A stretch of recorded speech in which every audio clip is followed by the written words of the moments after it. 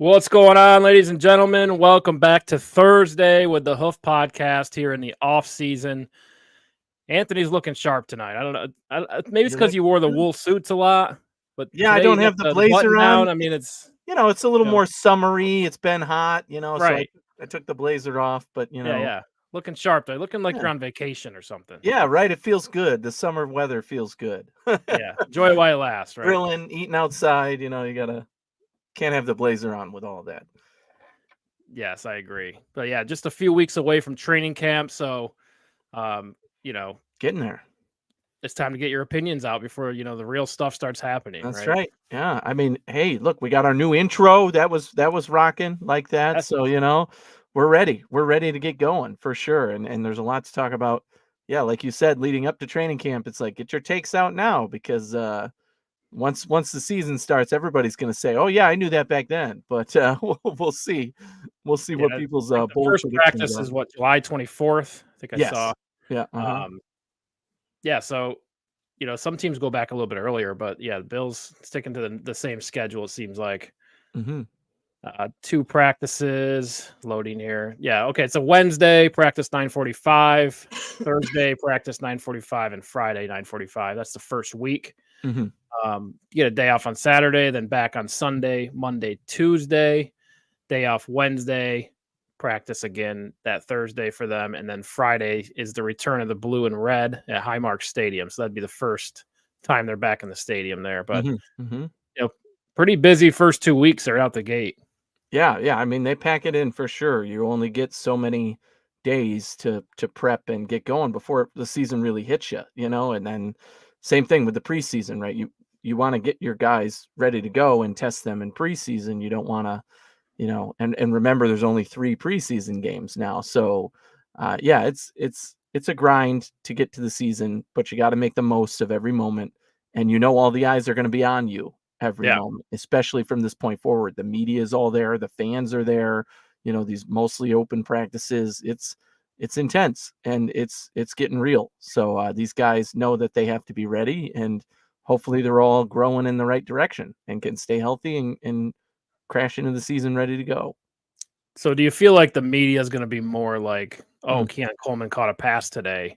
He looked Yes. great today. Are we going to be more dialed in as fans? And when I say that, I think the media is like, paying more attention than previous years because of the roster turnover, because there's a lot of question marks still, right? Yeah. Uh, I and think if you you as a fan, would you be into that? I do think, the media is going to do their jobs. The general media, quote unquote, is going to talk about what gets clicks and what's going on. So they're going to look for those little stories, or like, oh, there was a fight at training camp, or oh, there was Keon Coleman dropped a pass. Oh no, he's not going to play. So yeah, I mean, it's going to be things like that. Yes, but the good media, the people who really follow this team, are going to do their jobs. They already know coming into training camp who they're watching, right? Sure, you're going to watch Keon Coleman. We want to see what he looks like with Josh Allen and the chemistry. But Mhm. what about Cole Bishop? What about Van Pran Granger? What about those are the guys we're going to be hearing about out of camp? What about some of the new guys we brought in? Curtis Samuel, right? The national media isn't going to have much to say about those guys. But our local media coverage, which is actually pretty good in Buffalo, there's one or two here or there that I could do without, but you know who those ones are, I and can you avoid agree. them, right? It's a, Right? it's a, it's a tenured Yeah, team, like they've exactly. been around a while. A lot of good guys Exactly. and the gals in Exactly. there. And so they know how to report on this team. They know what gets clicks. So of course they're going to go after that. That's again their job. They got to get people to read their stuff, and that's understandable. But the ones that come to mind for me, Matt Perino and Ryan Talbot of the Shout podcast, right? I look forward Mhm. to their reporting on it because they do a good job of saying Right. this is what I watched and this is the analysis I'm giving. It doesn't mean I'm right or wrong. This is just what I saw and We how I saw, saw right, it. and I feel Yeah. like Sal Capaccio does a good job of that as Yeah, of well. course. I Like, just he's named good one, for him but there's plenty of too, good ones right? in the Bills media, right? There's plenty of good out there. Mhm. And there's a few bad eggs that, of course, we'll avoid saying those names directly, but most of the people watching the show probably know who we're talking about when there's a few that, get blowback from the fans a lot and get like, where did this come from? And report on such nonsense things that then end up being, uh, not true or exaggerated. You know, there's always a Exaggerate. little bit of that out there. I feel So like it's kind of a tough job not to exaggerate, though. If football's on your job is to watch the Bills that's practice, right. right? It's hard to keep it under control. I feel like if you're thinking about it all day, every day, because you just want them to be good so bad. You know, you want to see Keon Coleman make a acrobatic catch, and when he does, you'd be like, it was awesome. But Yeah. really, the pads on. You know what I mean? Yeah. Roy says, can't wait for the overreaction when Justin Shorter catches. Yeah, that's the type of now see that's the inside overreaction right there. That's the fan overreaction. That I am looking forward to actually. That'll be pretty funny. Like, oh, he's better than you know, Keon Coleman. He looks better than Keon Coleman in training camp. Yeah, I don't care how good he looks, he's not surpassing Keon Coleman on this roster, right? So yeah, that's the type of headlines that you know are coming. And at this point, we can just kind of the educated Bills fan can look at that and kind of laugh it off. Mhm. But you're right that those are the headlines. Those are the types of things that are going to be put out there. So watch out for them. And you know, you can read it and take it with a grain of salt and as entertainment. But you know the roster, know what's important, know who you're reading, and how they normally report on things, and that's the best way to go. Because for me, I mean, I love training camp. I'm very involved. I follow everything. But if I'm not there every day, which I'm not, right? How do you get to see it? Is through the eyes of these reporters. And Right, that is right. exactly what I do. I go and I Or through the read. eyes of the Twitter clips, right? Correct. That yes, the Twitter, right. So you see a lot on Twitter as well, and whatever can get recorded does, but it's also from the reporting, right? So I read those articles by these beat reporters, and I read almost everything I can get my hands on for training camp from every perspective, from the national media, from the local guys, because I want to see that, and I know the team well enough myself to read through the lines and know what it means, and to trust those who I trust to say, okay, this actually means they're doing a good job. And when we bring that back to our show, obviously, that's how I generate my opinions and report on what I know. Well, this is what I read, this is what I heard, this is why this supports what I was thinking the whole time. So, you know, I appreciate the work that they put in there. And training camp's a lot of fun. It really is. Being at St. John Fisher, getting to go in person. I hope still that I get to go this year. I did not get tickets in the ticket lottery or whatever, but Right. That's new, right? That's a new thing this yeah, year. it is. That is new this year because it's been overwhelming. You know, it would be just like get on it this time and enter the queue and hope you get tickets. But this year, I think that was a smarter way to go about it. There's just so many people who want to get tickets. How are you going to do it? And I've said this on the show before, but being an alum of St. John Fisher, I used to be able to go to training camp all the time, every year, sit right in the front row, watch everybody. You know, I remember when Tio was there, I was like right next to him. That was pretty cool. You know, it's changed a lot since the Bills have become a consistent contender and are there every year. And now it's a packed media event, but it's still a lot of fun. And it's still, you know, it's made for the fans, basically. It's designed for the fans to go to St. John Fisher, the players to bond on the campus that I was on for 4 years. And, Mhm. you know, sitting in the same dorm and wondering, hey, who's in my room this year? And, you know, my old room this year, and things like that are always fun to see. Yeah, and if you haven't put your name in the lottery ticket or the lottery pool for training camp tickets, here's the rules, right? Fans who choose to submit this form will be limited to a request of maximum of 4 tickets, Hmm. right? Got to be 18 or older. And then you get 3 choices. First practice choice, second practice choice, third practice choice, so 3 Hmm. different Hmm. days. You can do 2 or 4 tickets. No option for 1 or 3. Kind of Hmm. interesting. So Yeah. yeah, that's new. So I actually, yeah, I submitted 2 and 4, one for 2, one for 4, with you know different my wife's and my email addresses and information to say, hey, you know, if we get 4, we're all going to go. If we get 2, I'll probably take my son for the first time, you know, to training camp, Right. which would be fun. Yeah, and how old is So he now? So he I think you gotta wait a little bit until they actually know what's going on, yeah, right? yeah, Like, we I talked don't. about bringing a baby, and it's like, is that really gonna like, are they gonna really know what's going on? Yeah, I that's feel like tough. a 4 years old, 5 years old, I feel like they're gonna have the best time Oh ever because yeah, really oh it yeah, is built around kids, yeah, right? yeah. So, And I we feel get like to that see could the be fun. players on the field and watch and do that part too. Right. So it's fun for It's everybody. up close and personal, right? And that's the best thing about training camp is literally you're 10 feet away from the team. So, anyway, speaking of media and storylines, just going to go through about 6 of the top storylines surrounding the Bills as we get ready to get into training camp. We've kind of been carrying these topics throughout the off season, but kind of like want to get into it and just see where we are now, right? It's kind of evolved. Keon Coleman, for example, we talked about him endlessly in the draft.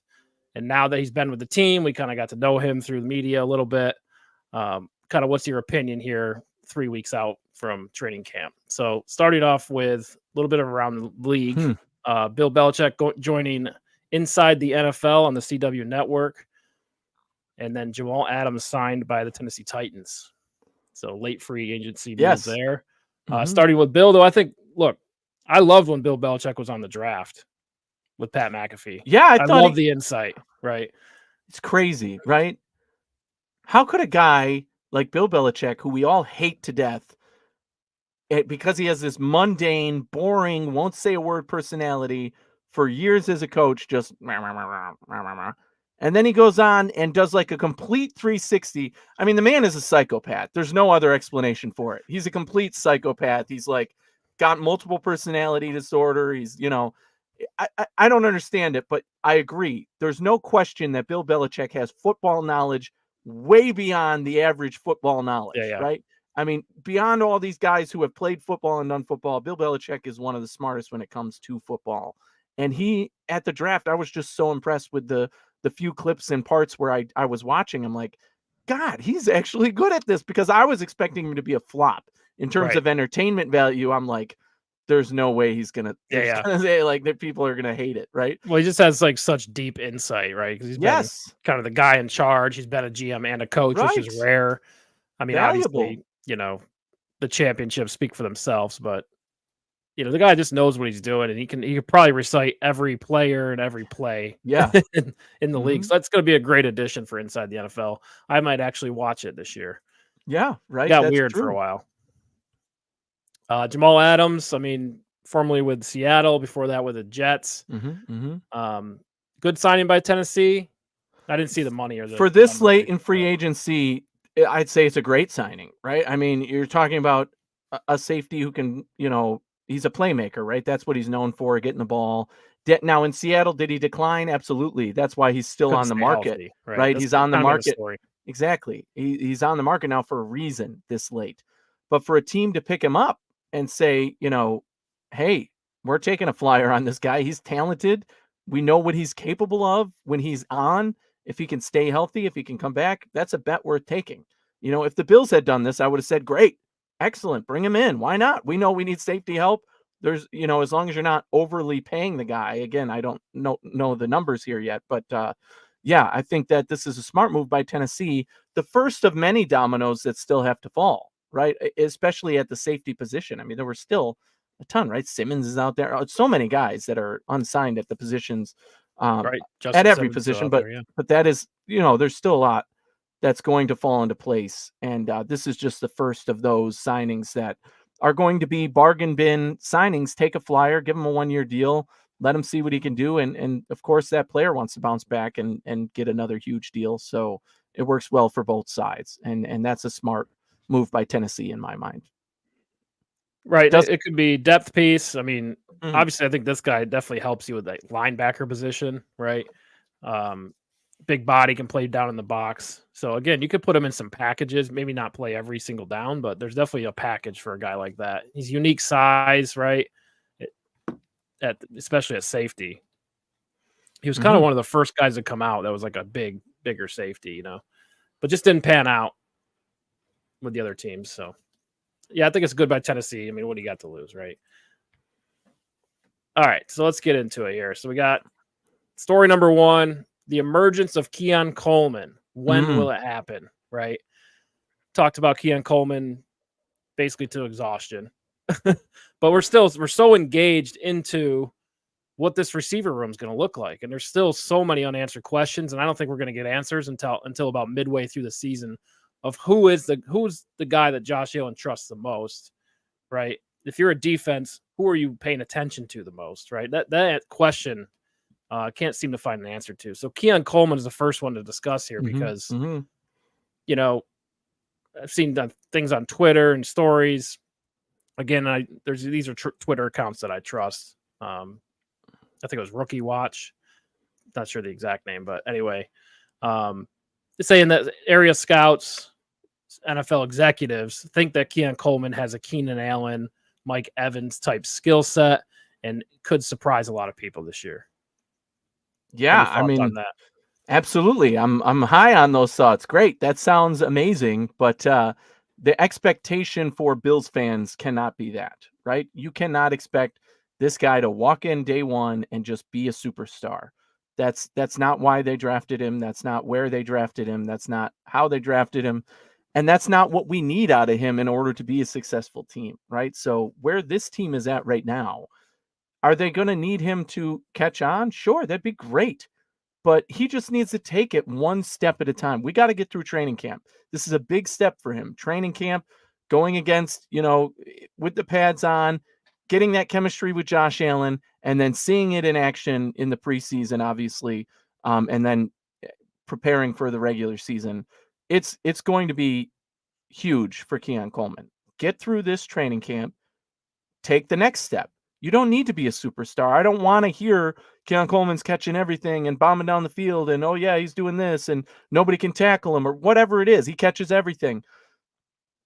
I want to just see him make that progression, learn. I want to see him talking to the coaches. I want to see him, and he's done all this already, by the way, through OTAs and everything, as we've talked about, right? He's shown every step that he wants to learn. He wants to get better. He wants to build that chemistry. He's doing all of the right things. He's saying all of the right things. How refreshing is that for Bills fans, by the way? It's nice, but he's a rookie, and therefore you cannot lay Right. out on him the expectation of being, a number one superstar Keenan Allen type receiver, right? That's not where Bill's expectations should be. I've said all along, my personal expectations. I'm never going to say this was my guy. I love him, whatever. Since he's come and I've learned his personality, obviously everybody loves him for his personality, but he was not my pick for the draft for the Bills. This is not the guy I wanted. And now he's here and I accept that and I'm glad he's here. And I think he has a lot to give us. But, I'm never going to be like, oh, I pounded the table for this guy. No, it's the complete opposite. But from now, I'm saying he will build into the regular season. He's not going to be, the guy on day one, week one of the season, against Arizona. Oh, he gets 3 touchdowns and 100 yards or something. No, he's not going to get targeted like that. It's going to ramp up for him. By midseason, I think he could be contending for more catches, playing more snaps, all of that. But in the beginning of the year, you're going to see a lot more of the veterans out there and Keon Coleman getting adjusted. You've said it best, Eric, with his red zone presence might be important because he's good at, close contact situations. Right. He's good, Unique size, reliable right? catching the ball. Yeah. 6'4" and can jump. He's got big time ups. I would love to see him in those situations, basically. But also play speed. I think his gauntlet drill, 20 miles an hour is the fastest time in the last 3 years, something like that. So there's a lot to like there. I mean, he trusts his hands, I think, is what shows up. But if you're looking at him in college and you're going, I don't see a lot of production, right? Like, okay, 50 receptions, 21st in receivers that were drafted, right? He's 21st in that category. 11 touchdowns, okay, 23rd in receivers that were drafted. Yards per reception, 13.2, 35th, right? And 54.8 yards per game. That's 30th among receivers that were drafted. So, I mean, you're looking at production and going, wow, I just don't see it. But also they had injuries at Florida State, right? Jordan Travis didn't play a lot of games. But then when you look at like most, punt returns by a college receiver, he was second in yards and first in attempts. This tells you how bad their offense was. But anyway, you have to watch the film on Keon Coleman. And when you watch it, you do see him like, he has an advantage. He has quick feet and he's a big guy and he uses his body the way you're supposed to, right? So I think there's a lot to like there. Is he raw? Certainly. But like, I think now that he's going to have the best trainers, he's all football all the time. He's not going to a team with a bad quarterback. I think Josh will have him ready, with the playbook and things like that. I think he could emerge. But again, there is going to be a ramp, like you said. And I'm not expecting 1,200 yards year one, even with the extra game, right? But but I think he'll get more and more comfortable. And I think that's when you start to see the athleticism take over, right? Yeah. If he can get a little faster, we know the game speed's good, but maybe, can you break off a route a little faster? That stuff will come, I think, for him. So, and he is playing the X, so traditionally he won't be the number one target all the time in routes, but I mean, there's a lot to like there for him. I mean, I think he ran the same time as Gabe Davis in the 40, right? So, are you really missing a lot? I mean, you're really just missing the experience and the knowledge, and that will take time. Yeah, and the other thing I think that's important with him is the coaching staff is going to know how to deal with him, right? They're not going to put him in tough situations right away, right? They're going to ease him in a way that makes sense for a rookie, right? You got to remember he's a rookie, he has no experience, he's just getting used to this team, this environment, this league. He will get his, and he is Mhm. talented enough to earn the spot that he got drafted in and, prove his worth. But the coaching staff is going to know how to use him to allow him to flourish, right? And that's not going to be, hey, we're expecting to catch 10 balls on day one. No, it's going to be, here's a situation. Yes, we drew up this play specifically for him because we know this is Mhm. what he's best at and he can get it done. And that doesn't mean it's not a big play. I mean, it could be third and 3, and they're like, yeah, this is the situation. Or it could be a red zone play for a touchdown, and I think Right. those are where they're going to choose Yeah. their spots to target him carefully, Yeah, I think early in knowing the his skill season set. you'll see a lot of red zone plays for him. Yeah, Um, just because again, it's a mismatch, right? You can body up most corners, exactly. just because of the long frame. But yeah, I think that's. I mean, I would put him in the slot in the red zone. But I mean, you already have Kincaid, you Fancy. already have Shakir, so Well, you got plenty it of can get a options. little crowded. But The yeah, other thing I've lots of been saying options. all off season, right? For this off season, preparing for this, I've been saying this multiple looks. Every player is going to play every position. Kincaid's going to line up at fullback. You're going to have Samuel lining up at the X. You're going to have Shakir in the slot, right? Everybody's going everywhere. Everybody is going everywhere, and that's the best part of a versatile offense. Is the defense has to stay on their toes of who's lining up where and what do they think is actually going to happen on that play, because anything could happen. Yeah, And that's what is, when you have a dynamic offense like that, that is what keeps the defense guessing, and that's what's going to lead to success ultimately. yeah, I agree. And I actually heard it on Colin Cowherd too that executives and scouts think Keon Coleman could have a big impact.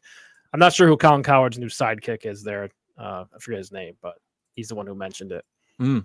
So again, that's twice you've heard that. So somebody's talking about it somewhere in league circles. So it's a little bit exciting, especially because the Bills, they need somebody to step up. Why Yeah, not Keon Coleman, right? I think All it's right. going to be a number of guys, but yes, Coleman is a key part of it.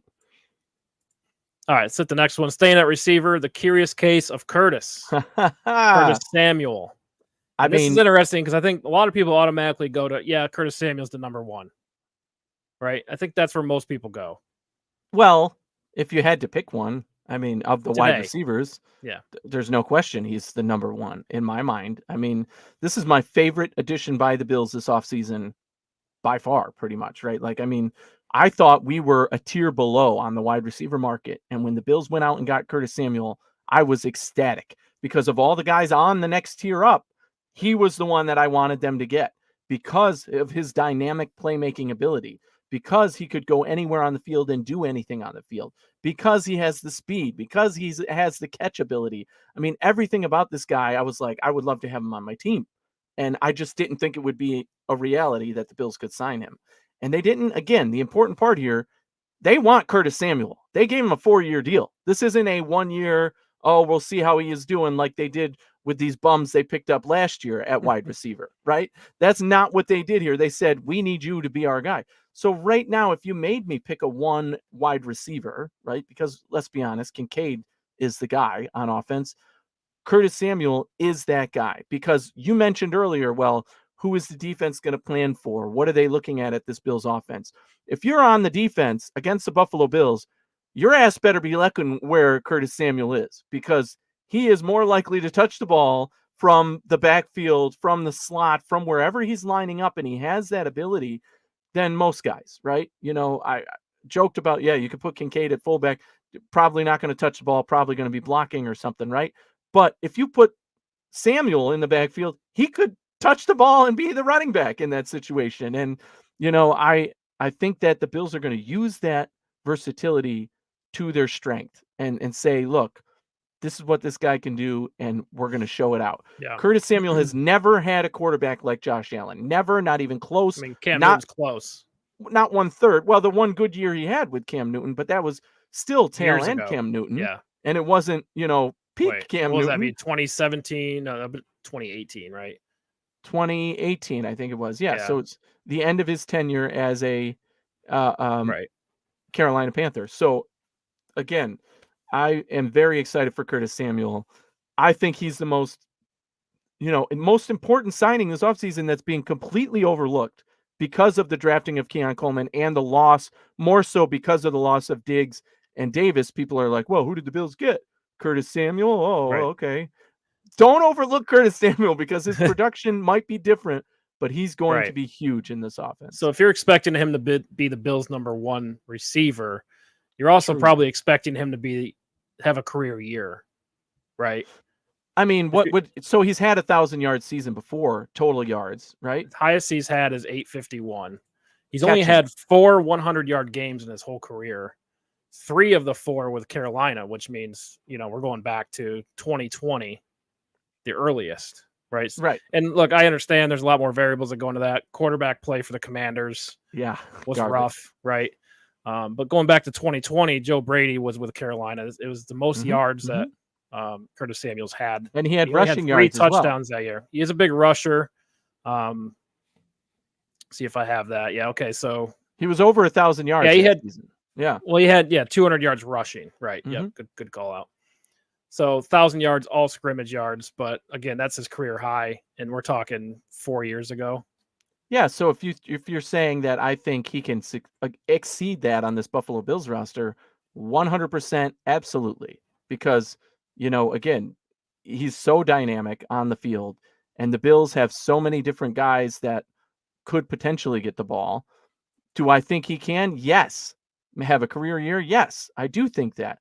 Am I betting my money on that? Not so much, because the league is going to catch on after a while and say, okay, we got to cover Curtis Samuel, and then Kincaid and, the rest of the guys are going to, Shakir and those guys are going to get involved, and they're going to have another problem on their hands.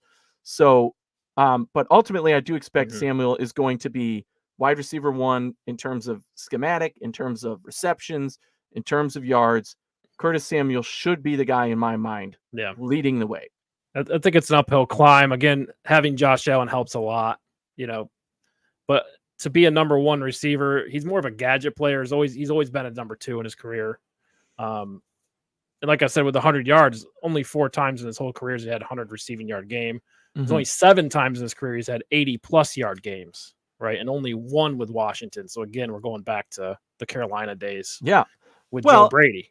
But 100 yards is kind of a hard standard to go by these days, right? It is. When you're spreading the ball out as much, I think an 80-yard day is going to be a spectacular day for a Buffalo. But if you're trying to replace Stephon Diggs' production, that's what I mean. There's a lot of yardage there. You still take Josh Allen's 300-yard game and you divide it by Kincaid, Shakir, Knox, all those other guys. I mean, I think if we're going in order, it'll be Kincaid, Samuel, Shakir. Those guys are obviously going to get the lion's share in my mind.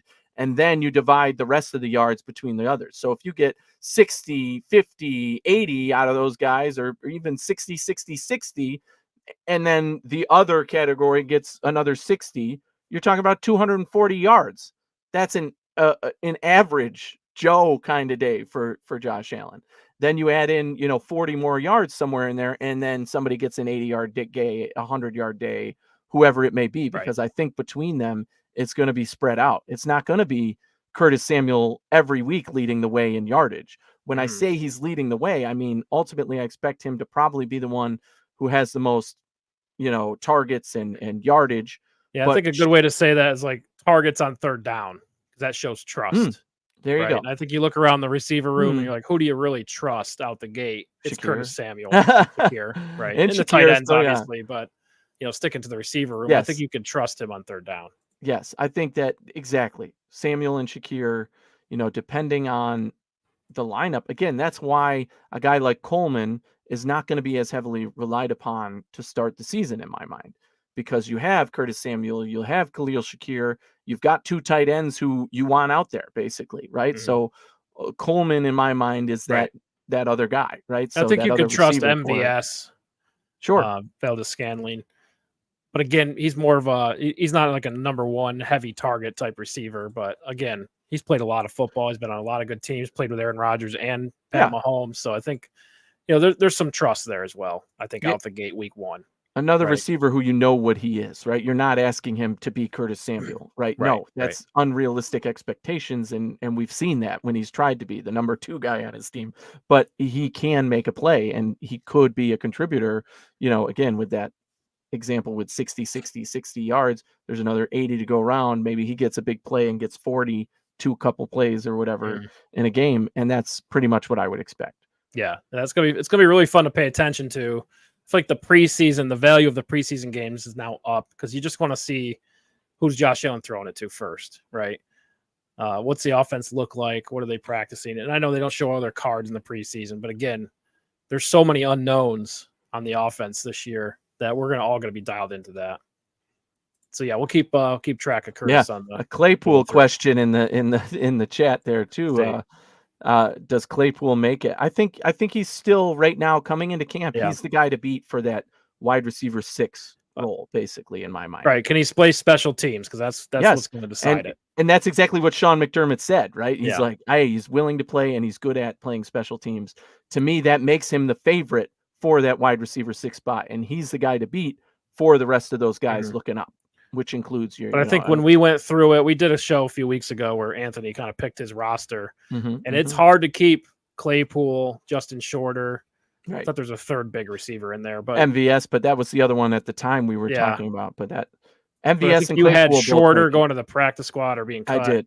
But Yes. again, it's really between Shorter and Claypool. That's the competition, right? They're Mhm. 2 competing for guys, that similar special body teams types. Yeah. role, which is interesting because the special teams framework of what you're looking for in a player is different this year because of the kickoff rule, right? Mhm, So that actually probably favors a guy like Claypool who's so big, right? Got the mhm. physical stature. So again, Well, Shorter's no short guy either. I mean, right. he's a But pretty yeah, strong dude. it's going to be fun to watch It because is. you just don't know. I mean, Claypool, he's been played for teams, played on special teams, catches a couple passes, they cut him. They don't want to bring him back, right? That's telling.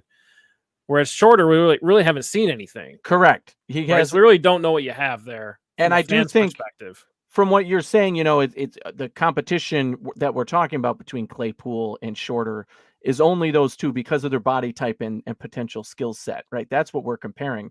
The Bills would love to have both of those guys on special teams and love to have the opportunity to, use both of those guys in the offense as appropriately for a wide receiver 6.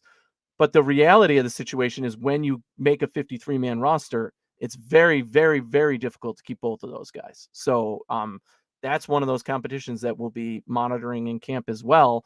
But in my mind, Sean McDermott's already got his favorite in that race, right? And he's stated it and planted his flag and Chase Claypool and the veteran, and he's done stuff already in this league, and now he's playing special teams for us, and he has all the potential because we know he's capable of it versus Shorter, who might have the potential, but we haven't seen that out of him yet. So that's Right, why I give the edge to Claypool. right. And that's what makes it fun is you don't know yet. All right, next one here. Matt Milano and Von Miller's return to glory. Woohoo! Right. And really, what do there's injuries here. We expect both of them to come back healthy. I think everyone expects them to be the same player, which is a little more challenging. We saw that with Vaughn last year. ACLs are not that easy to come back from. And I know Mhm. Matt Milano's injury was pretty serious. So question marks around Matt Milano. But really, I just want to get into like last year when Matt Milano goes down week 5. Did it leave a gap for the defense? Oh yeah, I mean, absolutely, right? Sean McDermott worked a miracle to make that defense sustain Yeah. without Matt Milano, right? I But I feel mean, like their best games in pass defense were later in the year, right? The Bills as a team, mhm, week 10, and past, and on. So it was Denver, Dallas, Miami, Jets, Chargers, right? Those are their best pass defense days, least yards allowed last year. For their best rushing defense, least rushing yards allowed were after week 8, Cincinnati, the Jets, Chiefs, Dallas. So again, it feels like, okay, Matt Milano goes down. They had some good games early on defense. And then there was kind of a scramble period where you didn't really know what to do without Matt Milano, right? So that's when they started losing games, right? There were close games, and it just wasn't the same team. But ultimately figured it out towards the end of the season. But I think there was a huge gap left behind. Yeah, I mean, I Um, think in my mind, there's no question to me on the field. I'm the original Matt Milano stan, right? Matt Milano in, defense good, Matt Milano out, defense bad. That's how it used to be. And I was the first one to say that every single week. I'd say that, like, when he's out there, they're good. If he's not, they're not. So I think that's going to continue this year. We're going to see a boost from having Matt Milano back on the field. yeah, That being said, McDermott and Bean hedged their bets by signing lots of linebackers that could plug and play right now if they needed to, with experience, yeah, they're deep this somebody year. you can Yeah, actually trust, right? Even a Deion Jones, all those, you can name the guys, right? Like, there's guys on this roster right now who might not make the opening day roster, the 53, that are there because they are capable of playing now. And you don't want to be in the situation where you were last year when Milano went hmm down and you're scrambling basically for somebody who could step in. So I think one of those guys will end up making the roster too. But you have it right with saying Matt Milano returning to glory, because that's what this team needs to realize, that having him on the field is going to make your entire defense better, right? hmm Even if he's not, right. you talked about coming back from injury and being 100% and all that. He's had a little longer, right? They didn't rush him back. They didn't try to force him to come back in the playoffs or something like Right, that. right. We never got Maybe they an should update, have. I don't know. right? It was, well, I No, wish, no, I'm right? If joking. Yeah, they could have amputated his leg, and yeah. he would have played better than, Then AJ played enough Klein. to Yeah, win us the Super Bowl. But more on that later. no hate on AJ Klein, but yeah, I mean, it's just that Matt Milano is that good, right? So I think Mhm. him being back and on the field is going to retransform that Bills defense. Again, Sean McDermott had to work magic, absolute magic, to keep that defense going on all cylinders after Milano went down. And it took some finagling, like you said, to get it right. But now that he's back, it's just going to raise that defense to the next level again. Yeah. But with Von Miller, I think we've talked about the expectations that we both have for Von Miller, and we're both very different on this. I think you limit Von Miller, you put him in where he can succeed. Again, trusting the coaching staff to say, we're only going to put you in on, these situations that we think you will succeed, third downs or whatever it might be. I want to see more from the other guys we have at the edge position, and hmm Miller's position to be the I leader. mean, Obviously, morally and on the field, Von Miller's leadership is one of a kind in the NFL, really top notch. You don't get yeah, much better than a guy like that. But I think when it comes to on the field, he needs to come back to form. I wouldn't use the word glory with Von Miller, but I would use leadership and right. impact, maybe. Just You need have an impact. impact. Yeah, We impact's need the right word. impact. Yes. Yeah, you don't have that on the roster right now. I Right. mean, Greg Rousseau is a good player, great at setting the edge, great in the run game, but not a sack guy. He's just not a. I mean, he'll have a quarterback pressures and things, but doesn't get a lot of sacks really. Relatively speaking to like the top edge players in the league. Um, and AJ Epinesa, like he came Mhm. on last year, been quiet before that, but again, 40% of the snaps type guy, right? I think he gets more this year, though, right? He That's might the get a little idea. more. I mean, he's earned that, but We again, rotate. You know that about this right? Bills There's always that defensive line. rotation, but I mean, I think Von Miller needs to be on the field, especially when you're playing big teams like Kansas City, because he's the guy that's on the team to make the impact. That's what you have him here for. That's why you give him all the money you did last year, and that's why you didn't get rid of him, and that's why you restructure his contract instead, right? If you can't play him, I feel like they wouldn't have restructured the contract, right? Maybe they're locked in, maybe they're stuck with it, but I feel like it's a good But move to how many restructure in snaps, case it right? doesn't work out. What We, percentage, or like how yeah, many snaps a game are you going to have Von Miller out there for? I would, if it's more than I 20, think I'd be we shocked. said I'd be shocked. 60 is what I said last time. A game, I'm talking. You think he's going to get 60% of the snaps I think on? so. Yeah, that's, to Yeah. me, I would like that to be more like the 40 or lower. right? 30, I think, is the magic number of like he's there for impact plays and he makes it. So if he's out there for 40, I can say, okay, as long as he's having an impact when he's out there, sure. And if you ramp that up because he's having an impact in a specific game or at a time when he's Right. hot, great. But then you don't want to do what you did last year and have him out there and just watch him decaying on the field like he was last year. I mean, he was useless. A ghost would have been as useful as Mhm. Von Miller was on the Bills defense last year. And I said that on Right. this very show last year. And I love Von Miller. So it was Mhm. hard for me to watch that. Right. Right. But yeah, It's hard so to he, watch, but there is injury involved, right? And now yeah, when week 1 comes around, there'll be a long time for Von Miller to get right. So I think the expectation is that he's going to be the impact player, and I think you start out that way. Anyway, yes, one more have tidbit impact. on Matt Milano on the pass rush. Uh, the most defensive pressures last year were week 3, 4, 5, and week 1 was 6. So 3, 4, 5, week 1 are the top 4. Yeah. 16 defensive pressures in week 3, 5, and 3, and 14 in week 4, all with Matt Milano. Yes. Right. Yeah. And that has a So lot to do with what Matt Milano does. He's not rushing the quarterback, obviously, but it's his coverage skills that then open things up for the D line. That one guy is more covered, or his right. tackle ability that the quarterback is not looking his way. Whatever it might be, it's just Matt Milano on the field makes the entire defense that much better because Yeah. he's so good at his position. Well, And when he yeah. wasn't, obviously the offenses were saying we're going right to that spot. Yeah, and the other thing about defensive pressures and why Von Miller and Matt Milano are so important, you go look at all the Bills playoff games with Sean McDermott, right? Back to 2017 with Jacksonville. The more defensive pressures, right, the more wins they have.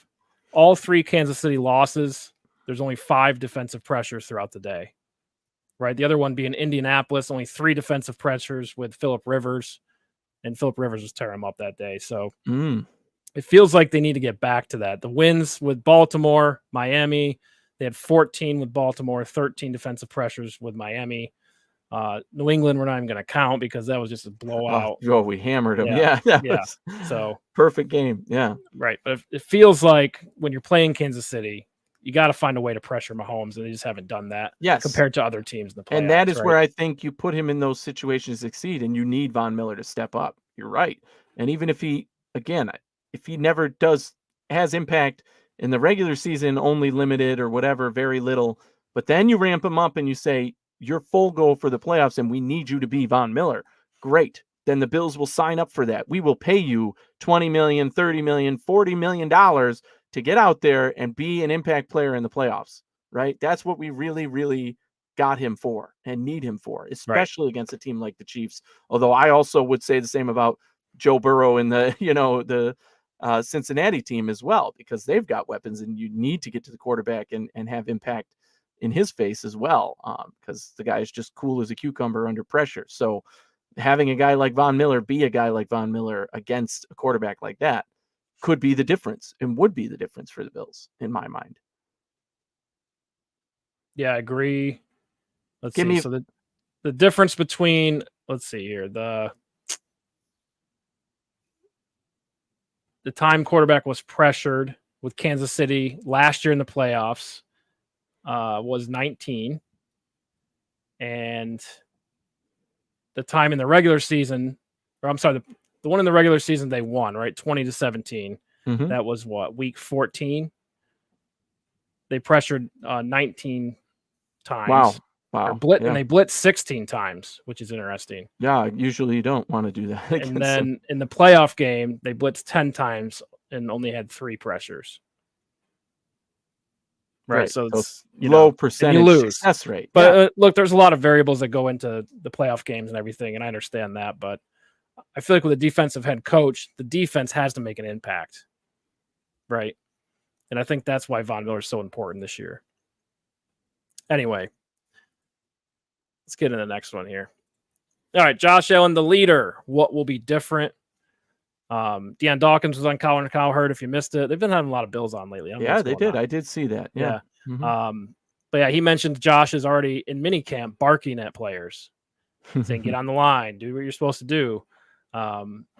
So yeah, we'll probably see a lot of that from Josh this year, being the only voice, it seems like, on the offense. Obviously, there's other guys there, but with, co-leader Diggs gone, feels like it's Josh's team on offense. I think everyone's aware of that, right, in the locker room. So what do we need from Josh Allen? What do you think is going to be different this year? I mean, I think his production and who he is as a player is not going to change, right? Like, he is that dang good, and people need to respect that, right? I know Bills fans do, but the rest of the league, if you don't have Josh Allen as your number 2, then you have some explaining to do, right? Like, that's just how I feel about it. It doesn't make any sense to me. Him as a leader, I agree that, he's going to be vocal. I think that to an extent, that's always how he's been. We've seen him get animated. We've seen him yell a little bit sometimes. But the fact of the matter is, he leads by example, and he leads through getting to know his players and building relationships with the players he plays with on and off the field. So that when the shit goes down, he can walk right up to them and get in their face and feel comfortable saying, look, we need to do better, or this isn't what I expected from you, or whatever it is he needs to say to that guy. You zigged instead of zagged, and you got to be on the play. And it is his job as a leader to do that, right? And I think, again, not bringing it back to Diggs, but with a guy like that gone, it opens the atmosphere for that, right? You need to have that kind of energy. Diggs was always that guy. He wasn't afraid to yell at the coach or whoever he needed to get his point heard. And that is a good thing in some situations. Now Josh Allen is going to pick up that slack and be the guy who's vocal about it. Doesn't mean he's yelling or pointing on the sidelines, but you'll see him go up to guys and get animated when he needs to, but also check them and be like, hey, you got to be there. You got to do this. And I don't think that's going to change much from who he was in the past, though. That is Josh Allen as a leader, and has been and will continue to. He's one more year ahead. He's going to be better. He's going to be more confident. He's more comfortable. We know he's worked on his mechanics and all that, so he's going to be better in those senses, I'd expect. But Josh Allen is Josh Allen, period, end of sentence. Happy to have him. Don't care what anybody says. The stupid interceptions and all that. Like, no. If you watch the games, I have challenged since that narrative started. Please, people who talk about Josh Allen's interceptions and rag him for that, go play the tape of every Josh Allen interception over the last 2 years, and I guarantee you will have more respect for him, because they're either from plays that didn't matter, where you just threw it up because it was the end of the half or whatever, or the from punt. Why are we punting on third down, though? The arm punt, the situations where it's the receiver's fault or it took a bad bounce. All those things into account, and he's way below average for after all is said and done. And he's actually gotten better at making better decisions. Does he occasionally make a bonehead play? Yes. Do you occasionally yell at him like, what the hell are you doing? Yes, but that's every quarterback. And with a guy like Josh Allen, you're going to account for those kind of things. But it definitely makes it harder, right? The Bills, including playoffs, were 9-2 in games with 1 turnover or less. That includes the Kansas City playoff loss. All other games, all the wins were 14 plus. Yeah. Right. So when you don't turn the ball over, the Bills are really good. Yes, but that isn't always on Josh Allen, right? Again, true. There's fumbles. Tips off a guy's hand, whatever, bad at ball, receiver runs the wrong route. Keep that to a minimum more than you did last year, it's going to help the team, right? Yes. There's 2 games with 4 turnovers, team turnovers, right? Both were losses to teams they should have beat, Denver and the Jets, without Aaron Rodgers, right? So, I mean, it does matter. Those 2 games, the season would have been a lot smoother if those 2 games were won, right? Without a doubt. So, yeah, I agree that it's not always Josh's fault, right? And when you break it down, the real interceptions they're not as high as you think, right? A lot of it's him trying to make a play, right? Which is part of his game. But yeah, I think if you want to see a grown-up leader, Josh Allen, I think that stuff goes down. And I think if you're looking at what can you improve on from last year, I think he's looking at this as well. That's number 1, right? Get those turnovers down. Now you're in the MVP conversation. Like, I mean, you can't deny him that if he has a similar season to last year with less turnovers, right? And the team's going to be in a much better position, in my opinion. So again, the turnovers, they can overcome it because Josh is so talented. The team, rallies around him. But at the end of the day, it does make it harder when that happens. Any team, obviously, you're trying to reduce turnovers in general. But in to say it's particular, Josh Allen's fault or to say he's well, turnover happy is just an incorrect narrative. Well, the facts are he was the leader in interceptions. Yes, and you don't want that to happen. You don't want that. So tell your receivers to run better routes. Get receivers with better hands. Get guys who don't make mistakes. And guess what? That's what the Bills did. So we're going to see that out of Josh Allen. Yeah, you expect it, right? Yes. I agree. We expect the turnovers to go down. If they go up, it's going to be a problem. And then, Anthony, you're going to be real pissed when that livid. Then we'll have something to blame Josh Allen. All right, let's see here. Getting a little low on time, but I got one more good one. Sean McDermott on the hot seat. For real, though. For real. Let's just talk about this for a second, because I understand he's a good coach, and we're lucky to have him. He's done so much for the organization. That's not the conversation. But Josh Allen's too good to not be in the Super Bowl. Yeah. End of story. Great. And that's the way I think a lot of people look at it. Great. Is Sean McDermott the guy that can get Josh Allen to a Super Bowl? Are a lot of people running this organization? Hey, a lot of people, what would you do if Sean McDermott doesn't make the playoffs this year? You want to know what a lot of people can do? Absolutely nothing about it. That's why this title, this headline, this national media narrative is flat out stupid. And I will say that to their face.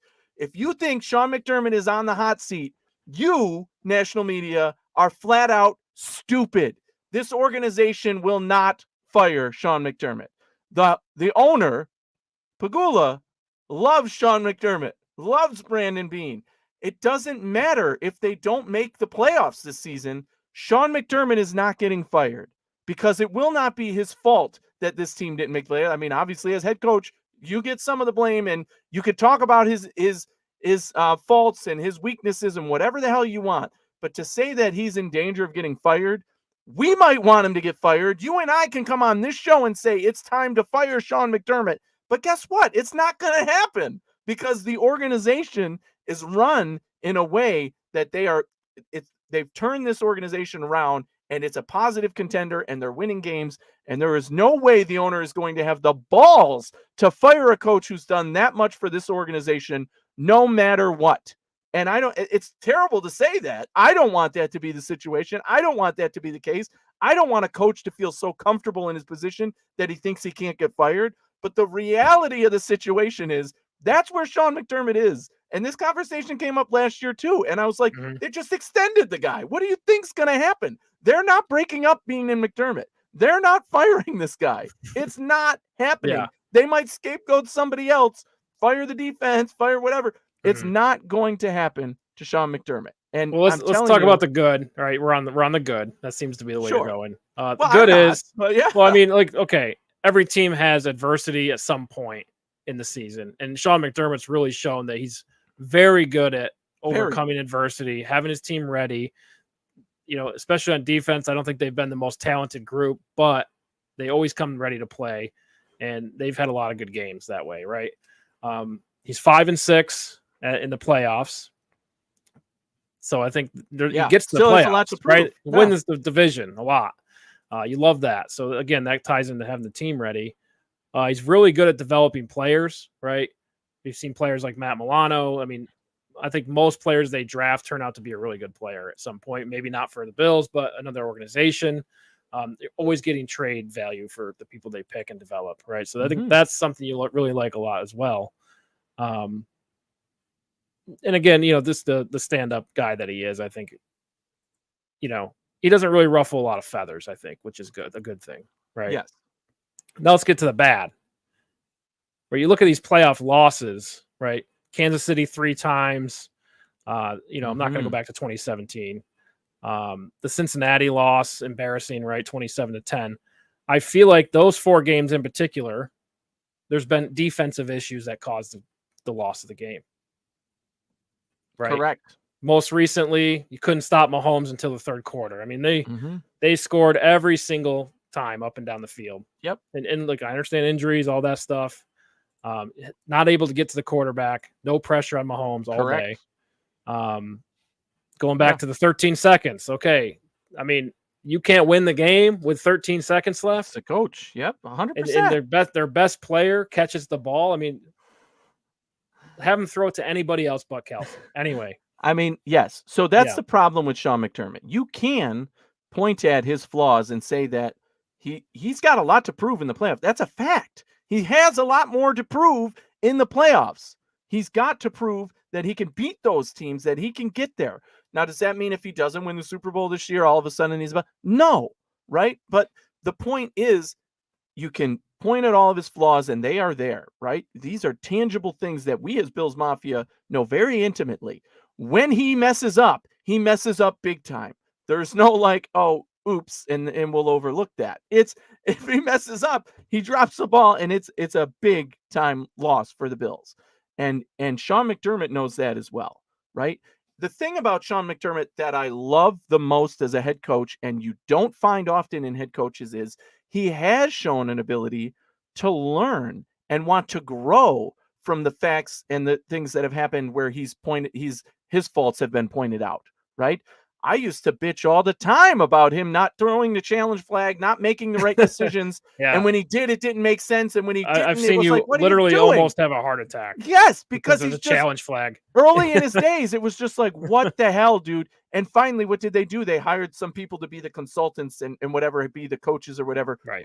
who make those decisions. And then ultimately it comes down to McDermott Yeah. still. But he's like, hey, I need somebody else with eyes on this. This year is a situation where he's got the new quote unquote offensive coordinator who he's giving more power to potentially. Right. He's got the defensive coordinator, young blood in there. Guy, right. Who's he's giving more power to. We don't know who's calling the plays. I think that's irrelevant, really. But the fact that defensive coordinator, young guy, is getting more power, he's saying, you know what, as a coach, I thought my strength was connecting with these players and doing all this. I might have been wrong there. This guy is really great at that. We're going to make him the leader of that defense, and I'm going to be the brains, the one overlooking all of it and seeing that. And maybe because I did that, it took away from my power, so I'm going to focus more on the big picture. Well, it's uncharted territory a little bit too. I mean, because previously the coordinators outside of Ken Dorsey have been very experienced. Brian Daboll's resume is so impressive. Leslie Frazier, extremely impressive. We've only seen him hire and kind of develop one coordinator, and that's Ken Dorsey. That didn't work out. So now look, I know Bobby Babbage has been there a long time, and I think it's going to work out. But again, it's unproven at this point. These are two unproven guys. Joe Brady was fired before, passing game coordinator at LSU, which is great to have on a resume. But again, unproven. I would argue that speaks to Sean McDermott as a leader, though. He is good enough. He is good enough to say, well, we saw it with Joe Brady, right? Joe Brady walked in, didn't even know he was getting the job, right? He didn't even know he was getting the job and got it. And Sean McDermott as a leader is able to say, you know what? Because I'm the one in control of the big picture, I can let these talented people grow into their position and keep them in check a little bit too, where it's like, hey, you don't know what you're doing here. I'll show you. And then that's what the coach's job is to do. The head coach's job is to do.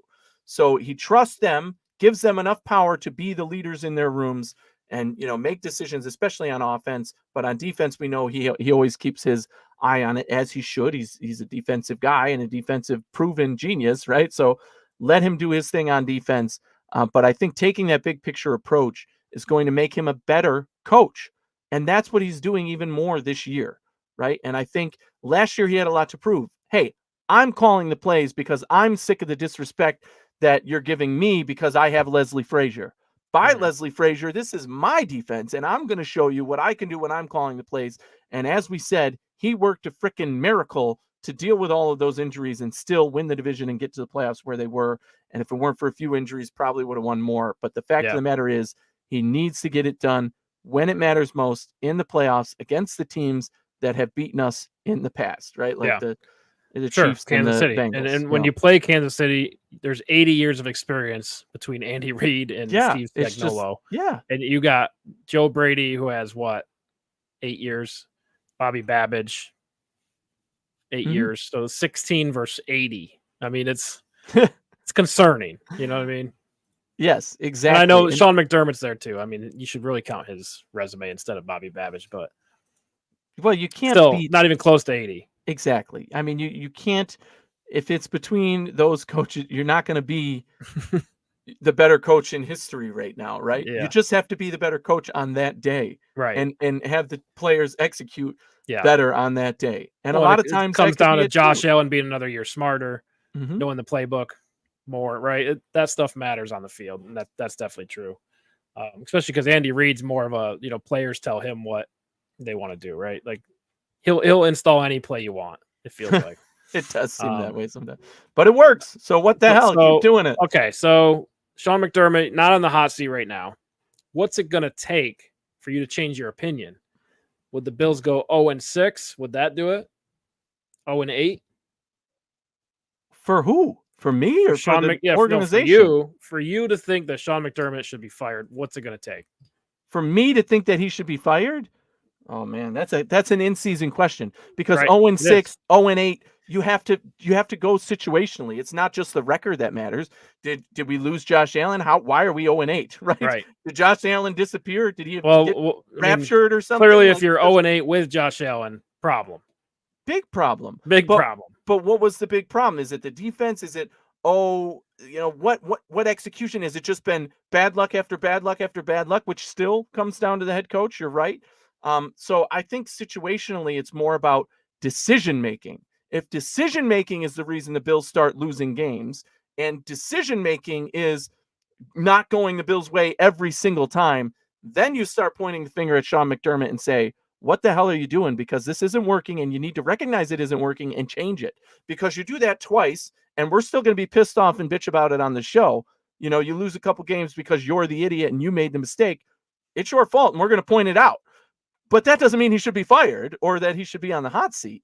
You know what I mean? Mm-hmm. So it's more about you continually do that without showing adjustment. And then it's like, look, it's time to move on. You're out of here. You need to move on. And that's ultimately what it comes down to me is situationally, why are the Bills in that situation? Do I still think the organization would fire him even at 0-8? So you want context for in-season? No, I don't think a seismic earthquake and Sean McDermott being on his deathbed would make them fire him. It's just not going to be. So I feel like it's between that and implode in the season going 0-8. Also, losing to Kansas City in the divisional round. Oh, shit. When Pat Mahomes goes down and beats the defense one more time, that would now be 4 losses in the playoffs for the Bills and Sean McDermott. Hot seat or not? In my mind, no. I mean, it's just another, what, again, the situation of that game. The Bills go 15-3 and end up, being the 1 seed, and then they lose at home to the Kansas City Chiefs. That would frickin' suck. Yeah, it would frickin' suck real bad. But does that mean Sean McDermott should be fired? No, right? It just means that wait another Patrick year Mahomes for and the Chiefs Reid got to your retire. number again. Yeah, exactly. So it's tough. How about Cincinnati though? Lose another one to Cincinnati in the playoffs at home. I'm scared of Cincinnati. I don't want to play Cincinnati in the playoffs. That's one of the you're teams. Still not going to fire. Okay. But I don't think I would. Yeah, I mean, ultimately, it's the full body of work. It's the full picture. Would I be pissed off? Yes. Would I say that people calling for him to be fired would have legitimate reason? I think that now because of his postseason record. So yeah, there is a there, but I don't think it's enough to get the job done. Both in my mind, if I were the one leading the way, and in the case of the organization, just absolutely nothing, nowhere. 0-16. I mean, nothing is going to make them fire Sean McDermott. Yeah. I think other people think otherwise. Dirty Jersey. If the Bills are 0-8 with Josh, I sit Josh the rest of the year and tank. 100%. Also fire Sean. Also fire Sean. But they won't. Yeah, agree with that. I mean, it would be thank God that's not going to happen. No, we're going to be blamed now. I know. We're going to be canceled. Eric, you spoke that into existence, not me. Well, it's a fun conversation. Like, how much can the fan base tolerate? I mean, exactly. And like Sean McDermott's been a great coach, and it feels like he's the guy. He's in the Marv Levy category of he's our guy no matter what. So it's fun to kind of poke at that and be like, is that true? Another loss to Kansas City. Let's say there's another 30 seconds left and the defense blows it and Pat Mahomes wins. That's going to be tough. Right. Are you still Marv Levy to us? I don't know, man. It's tough. It is. But I'm trying to think of another comparison in the league somewhere. I'm like, well, what if Andy Reid did that? But Andy Reid has so many Super Bowls that he's in the just respect that now, right? You got to think like Sean McVay. I think Sean McVay. You're not firing Sean McVay, right? You're not. He's so successful as a young coach. I mean, any team in the league would die to have Sean McVay as their head coach, right? Like that. It's not going to happen.